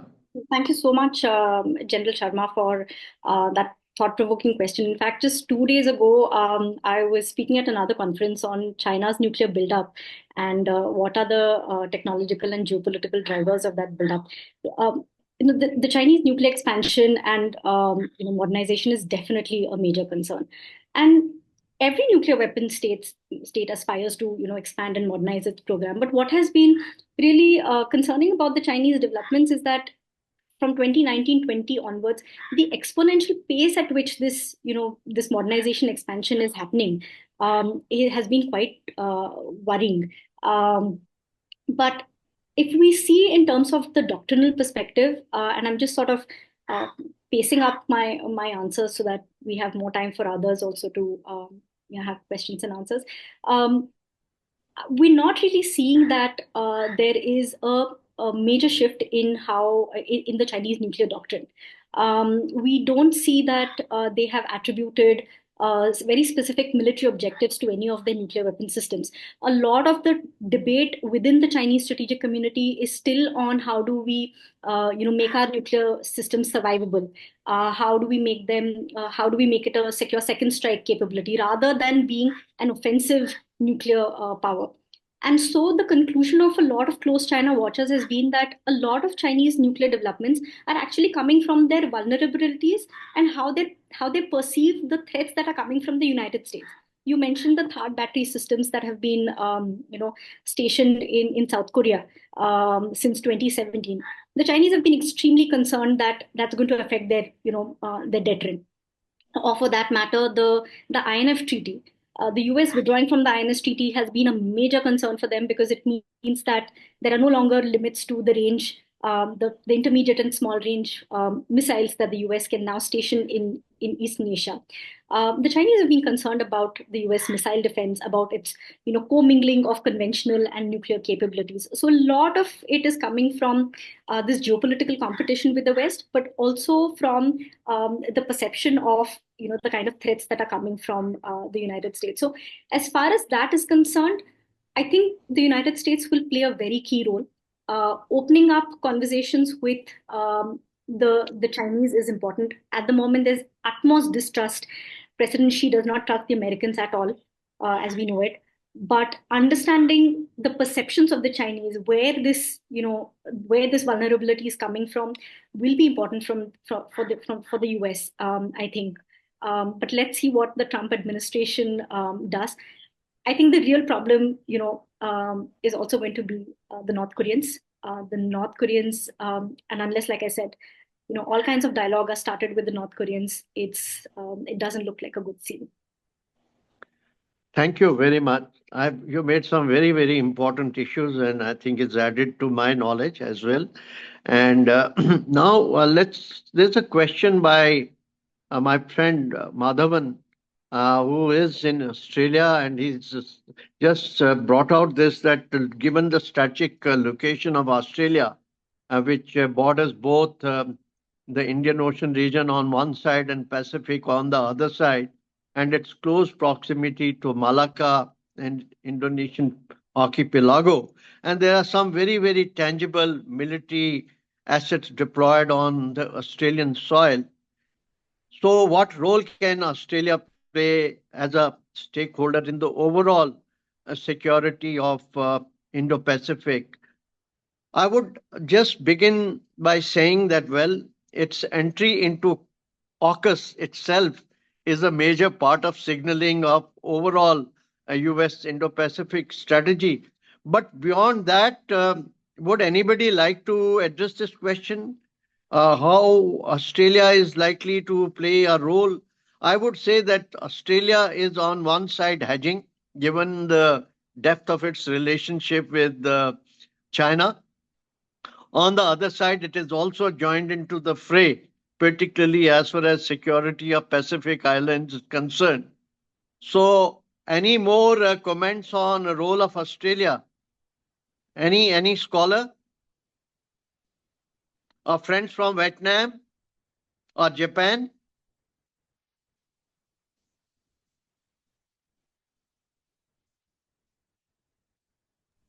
Okay, so I will take share, sir. Yeah.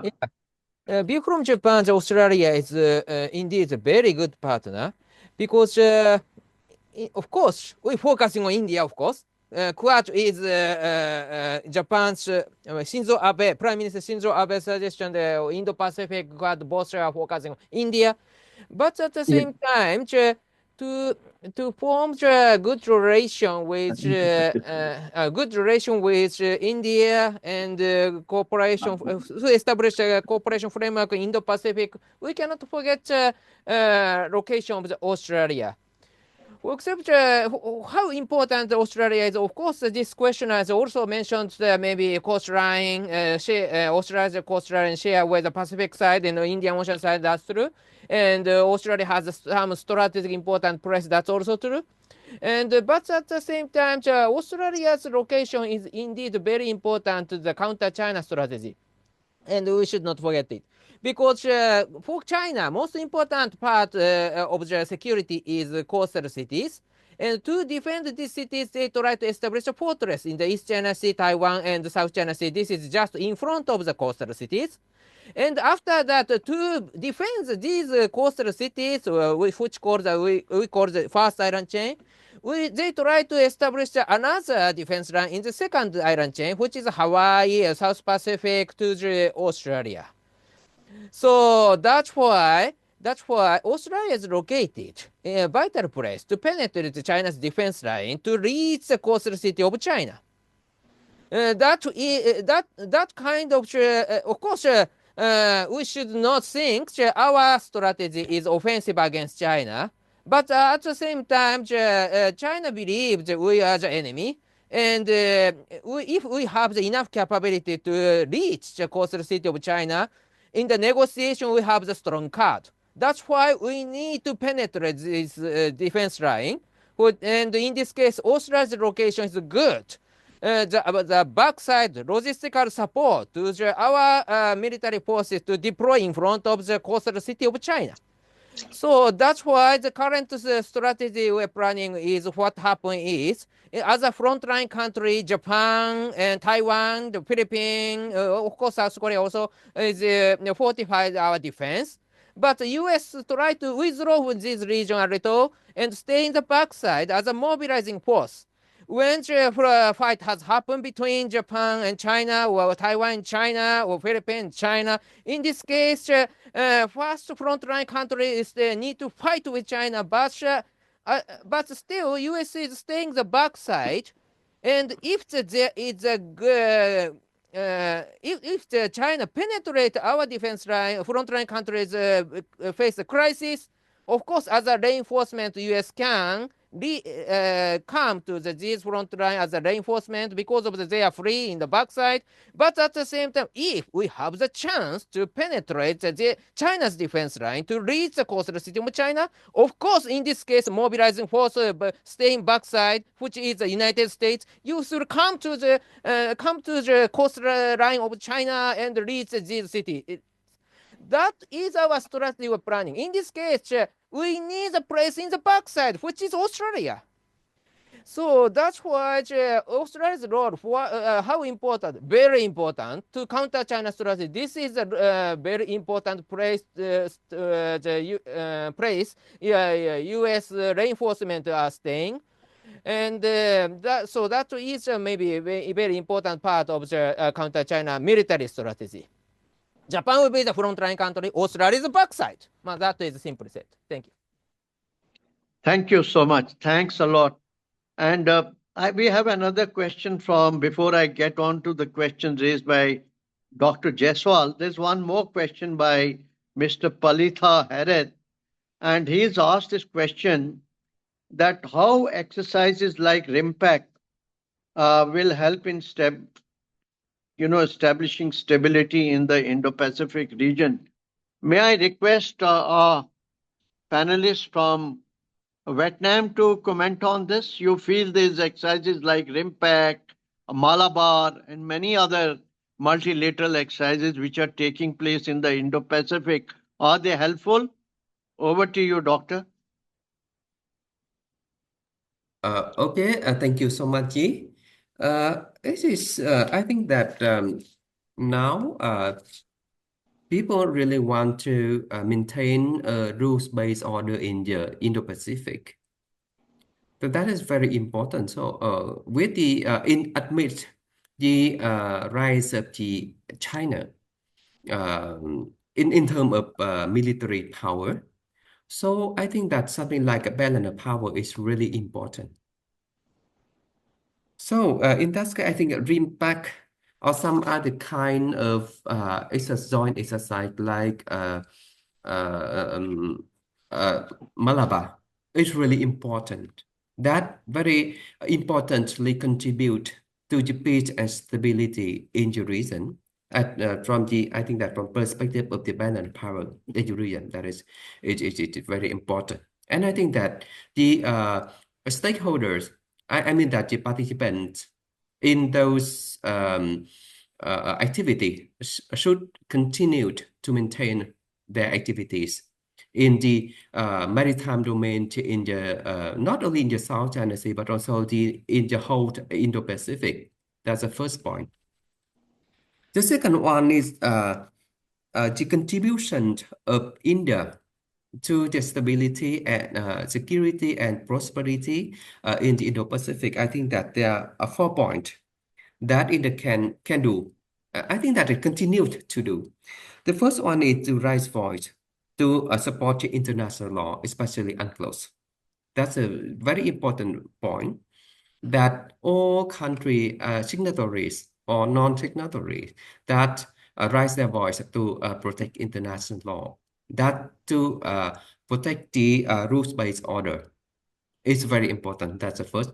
The second is, I think that India is very well-known actor in the region in terms of the friendship visits of its naval to the region, navy to the region.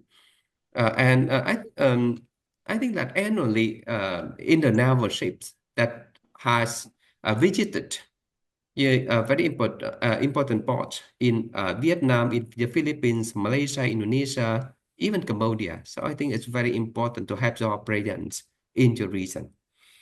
The third one is conduct joint exercise. that in the bilateral joint exercise with Vietnam or with some other country navy in the region, as well as in the ASEAN joint naval exercise recently took place. And I think it should continue to have this kind of activity. That is the third.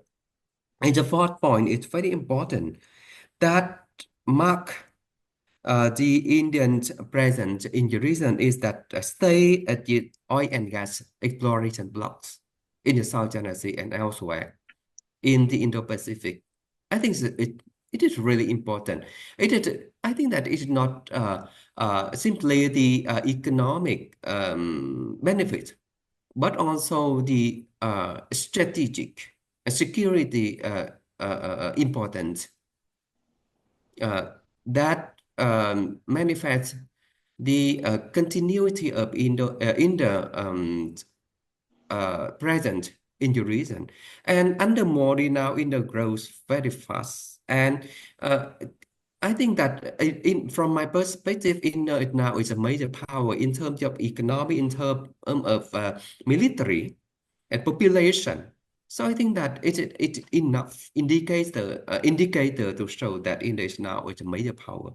So I think that the continuity, not only that, and beyond that, I think that India should upgrade, should promote its presence in the region, especially in terms of the security. I think that naval presence is very important. That is my point regarding the RIMPAC or Malabar or the Indian presence in the Indo-Pacific in general or in the South China Sea in particular. Thank you so much. Thank you so much for that response. And my next question is to Dr. Swasti Rao. Firstly, Dr. Rao, there are two questions by Dr. Pramod Jaiswal. One is on role of India in conflict resolution and adherence to maritime law. And second question that he has raised is what can India do to strengthen counter-terrorism collaboration, particularly, cyber attacks and things like that. Now, my first sort of a little bit of an addition to what Dr. Jaiswal raised. Now, let's look at this conflict resolution in the Indo-Pacific from the perspective of international maritime law. Now, US itself has not signed the UNCLOS, right? Second thing, that this permanent court of arbitration, whatever verdict it passed in 2016, it is not adhered by, there are no enforcement mechanism. In the light of these contradictions, what role you feel India can play in this whole gambit? And second thing, that we have this India Information Fusion Center for the Indian Ocean region, which has collaboration with other such centers in Madagascar, in the Horn of Africa, with the Maritime Bureau. So what more assistance India can render in terms of strengthening counterterrorism and cybersecurity? Over to you, Dr. Rao. Thank you so much, sir. So very quickly about the UNCLOS. Now, UNCLOS is United Nations Convention on the Law of the Sea. As you rightly pointed out, that it remains fairly empty and fairly hollow when it comes to enforcement. Although it does provide a legal framework, but it is a United Nations-based convention, which is not really followed by the major players in the region, including the United States. And that is why I would say that it is like any other multilateral framework, which has really, shown its limits in today's heightened security environment. So that is my, point on the UNCLOS. That is why I have been saying that I think if India has to sort of really rise up to the occasion, I think we need to also lay threadbare certain situations that we sometimes discuss with extremely sweeping generalizations, because I also saw a question, and if you give me 2 minutes, I'll kind of connect that to what I've been trying to say. and it'll also answer part of your question that you had asked me. Now, if you see that there is a question that says that what is the role of the Malabar exercises, right?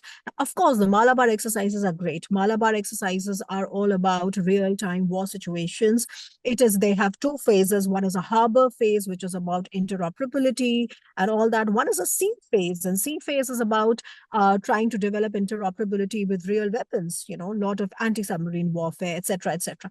The question, however, is that if there was armed conflict that broke out in the Indo-Pacific, and as long as it is not reaching the Indian shores, is India going to take on a military role? And I do not see that happening, because those decisions are those are political decisions, and I do not see that happening. I'll give you another example. We are talking about the Horn of Africa and India's involvement. Of course, Indian Navy has risen up to the occasion of distress calls by different ships. But as soon as the Houthis started attacking the ships that were passing from the Red Sea and the Suez Canal, basically all Indian maritime commerce started to reroute along the Cape of Good Hope. And right now, not a single Indian ship passes through the Red Sea or the Suez Canal. If there are any military responses to the Houthis, they are coming from the US and the UK. The Europeans, in fact, are not even on board there. Not including France, that is a resident power in the Indo-Pacific. And the only other military response that has come has been from Israel. So what I'm trying to say is that I think this is a political question that India needs to take. So we are on board with CMF, which is the Combined Maritime Force, which belongs to the UN CENTCOM. But what are we there for? We are there for basically looking at anti-drug activities. We are looking for specific activities that are targeting, piracy, etc., around narcotics. But when there is a real military situation unfolding, will India have the political decision to take on a military response?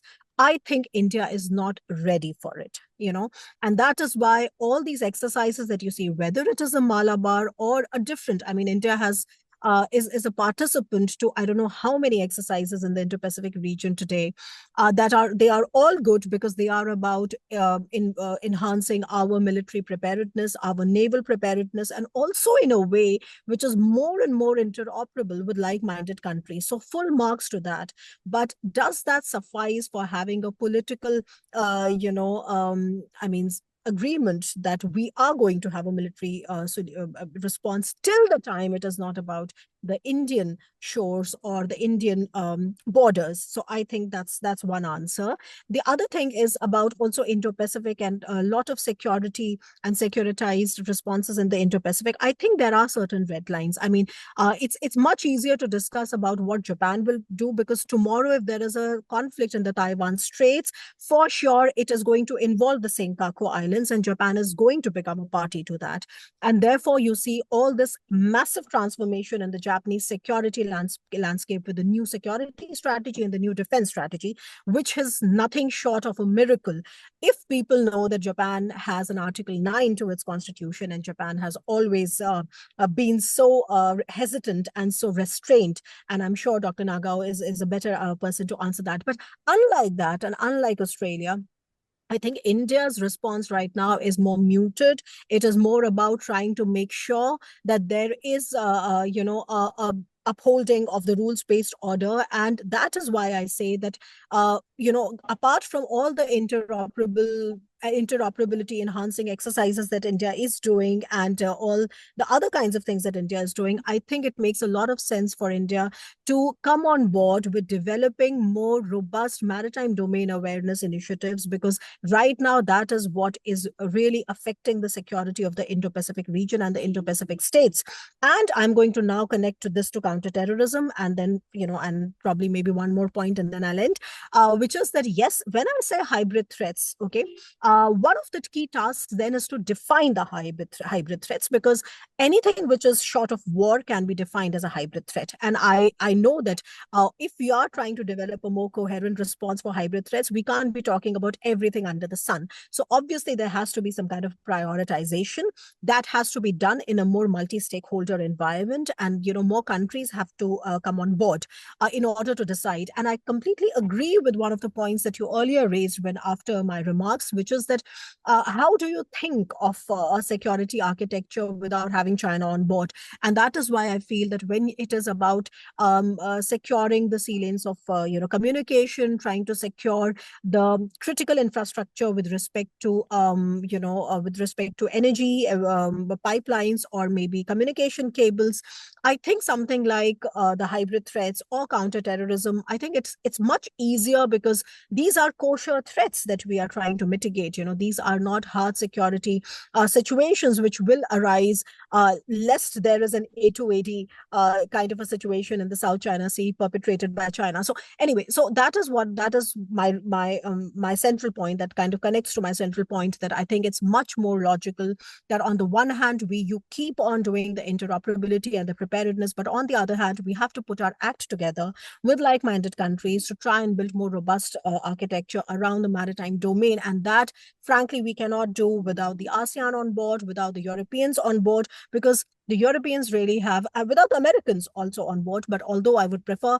that somebody that really genuinely pushes for more multipolarity in the region, like the European Union, like France, like India, like the ASEAN, should be able to take, a kind of a leadership out there, because US actually kind of signifies as the great power of the great power contestation. And lastly, I think there's just one point that you did ask me about China and the code of conduct of ASEAN, and I would like to make a point there.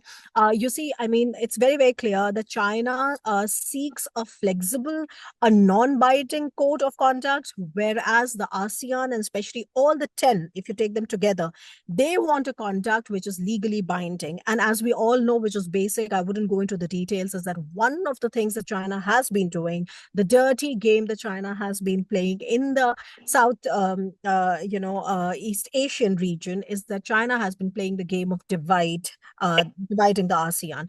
And because of that, I think despite repeated attempts, there has not been a legally binding code of conduct. And I think this question remains pretty much out there in the open, because if there is a non-legally binding code of conduct, a flexible one, it wouldn't mean anything, because today the conflict in the South China Sea involves 4 of those ASEAN nations, and that is why that's a question which is lingering, pretty much is haunting everybody. But it's not, I don't see it coming to fruition anytime soon.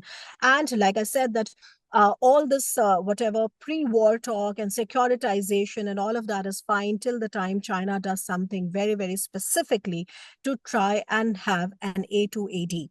And if there is an active A2AD, China has been working on ramping up its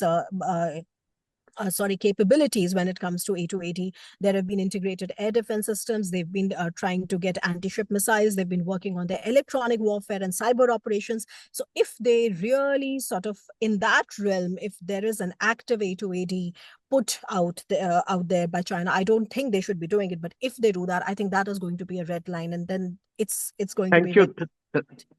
Thank Dr. Swasti. We've run out of time. Yes. I'll just, to be fair to other esteemed panelists, I'll request a parting remark from Dr. Łukaszuk and also from Dr.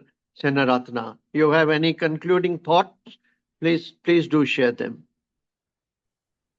Thank you very much. Yeah, I mean, only one. I mean, thank you very much for Dr. Swasti for mentioning the security system in the Pacific. I mean, with or without China, we can not speak without China about it. Despite the fact that what you also mentioned about the code of conduct negotiations, I mean, lasting for more than 2 decades, but still the communication, the contact, the dialogue is needed, and we have to remember about it. I mean, to have China with us. Also, due to the fact that also what you mentioned, the general, that the sea lines of communication, they don't have nations, they don't have a national character, because they are purely international, and we have to cooperate also with China. Thank you. Thank you. Thank you. Yes, Dr. Senaratne, any parting point? We run out of time. I understand. Thank you. Yes, you raised some concerns about China in Sri Lanka's maritime space. That's right. There are lots of concerns regarding China and China's space, also invading into India's maritime and security interests in the Indian Ocean region. Those are rightly made. I wasn't focusing on that, so those were rightly made, and I value your input in those instances. Also, there was a lot of conversation on China in terms of Indo-Indian Ocean security, Indo-Pacific. I think I mean, China's presence in the Indo-Pacific is in Asia, in the Indo-Pacific, is what is raising all these concerns. The fact that it's doing a lot of activities to destabilize existing international norms, conventions, the status quo is what is making us talk about the security in the Indo-Pacific. So there is, I think, a lot of conversation. Having been in China the past 2 years, I see the conversations coming out of the strategic spaces and their interests in these regions. I mean, Tanvi pointed out very correctly that there is this extreme interest in looking at American interests in the region. So I think looking at China is also important in terms of Sri Lanka's security concerns, against even India's. Thank you. Thank you. I just want to conclude by thanking all the panelists by sharing their insightful views on this very, very important topic. I wish we had more time, but we run out of time. I just want to finally say that, well, oceans, particularly Indo-Pacific, is a global common, and it's a collective responsibility of all countries that we should not fall hostage to a group of countries who should take us for a ride. Therefore, countries like India and other middle-level powers and other smaller countries, we must get together, put our act together, and see that we do not get sandwiched in the tug of war between the major nations. And to that extent, I think the role of Global South has become extremely important to become a sobering, moderating, and a balancing factor. And that is where India and other littoral countries of the Indian Ocean region can play a major role to give the proper sort of relevance, salience, and gravitas to the voice of Global South. And I hope India will play an important role in that. With these remarks, I hand over the proceedings back to the organizers of the event. Thank you very much once again. I really enjoyed this interaction, despite the technical hitches. Thank you.